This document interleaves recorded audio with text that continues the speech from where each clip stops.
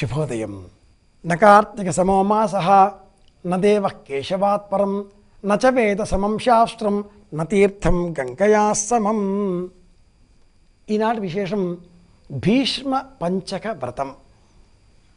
ఈరోజు మొదలుగా 5 రోజుల పాటు భీష్మునకు ప్రీతికరంగా సంకల్పం చెప్పి నీళ్లు విడిచిపెడుతూ ఉండాలి.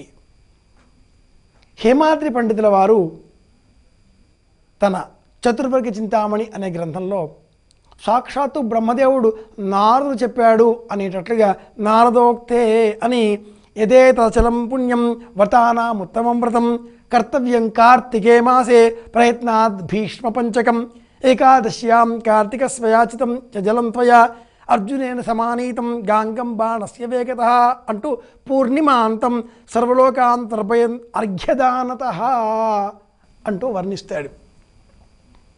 విశేషించి భీష్మ పంచక వ్రతం అనే వ్రతాన్ని ఈరోజు పాటించాలి అంటూ సంప్రదాయం తెలియజేస్తుంది. వీటన్నిటికంటే కూడా మించి కార్తీక మాసంలో వృంతకాది భక్షణం, వంకాయ,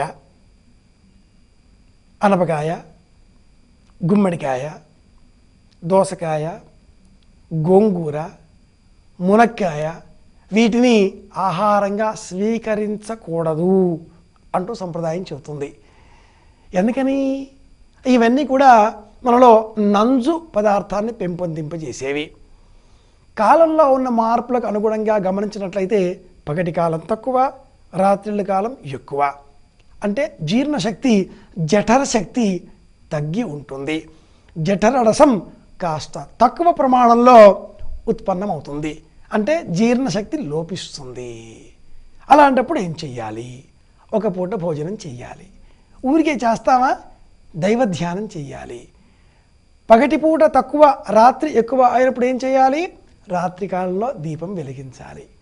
ఉదయం కాలంలో కూడా సూర్యోదయం కంటే పూర్వం దీపం వెలిగించాలి.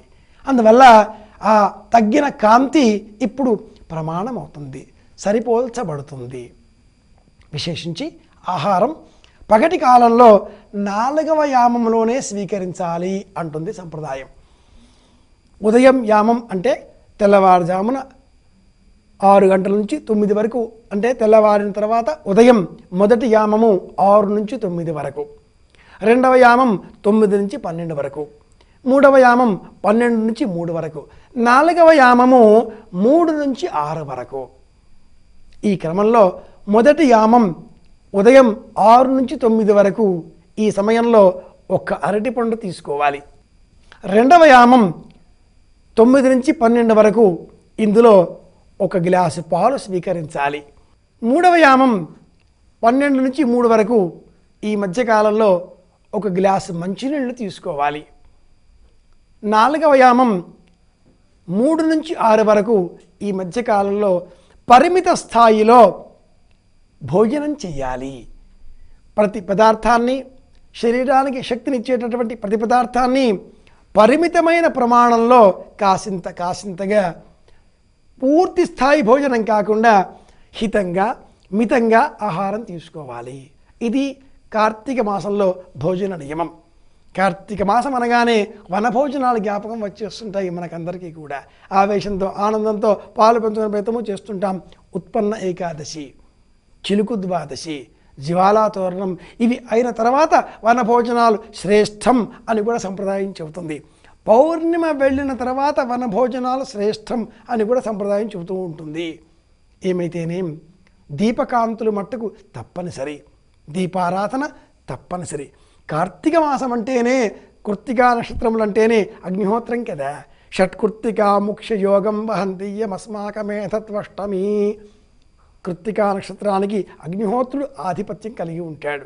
దీపకాంతులతో ధగధగాయమానంగా ప్రత్యక్ష కైలాసమా ఏమి అన్నట్లుగా వెలిగిపోయేటటువంటి భాగ్యనగరంలో ఈ రోజున, 6వ రోజున మనం కూడా యథాశక్తి ప్రత్యక్షంగా పాలు పంచుకుందాం. ఒక దీపం వెలిగిద్దాం. 1,000,000 దీపాల కాంతుల సరసన మనం వెలిగించిన దీపం కూడా వెలిగే విధంగా మలచుకుందాం. ఒక దీపం వెలిగిద్దాం. 1,000,000 దీపాలను వెలిగించిన పుణ్యాన్ని పెంపొందింపజేసుకుందాం. జ్ఞానంతో ప్రవర్తిస్తూ అందరి క్షేమాన్ని కోరుకుంటూ అందరి ఆరోగ్యాన్ని కోరుకుందాం. ఈనాటి విశేషం భీష్మ పంచక వ్రతం అని జ్ఞాపకం పెట్టుకుంటూ శుభమస్తు.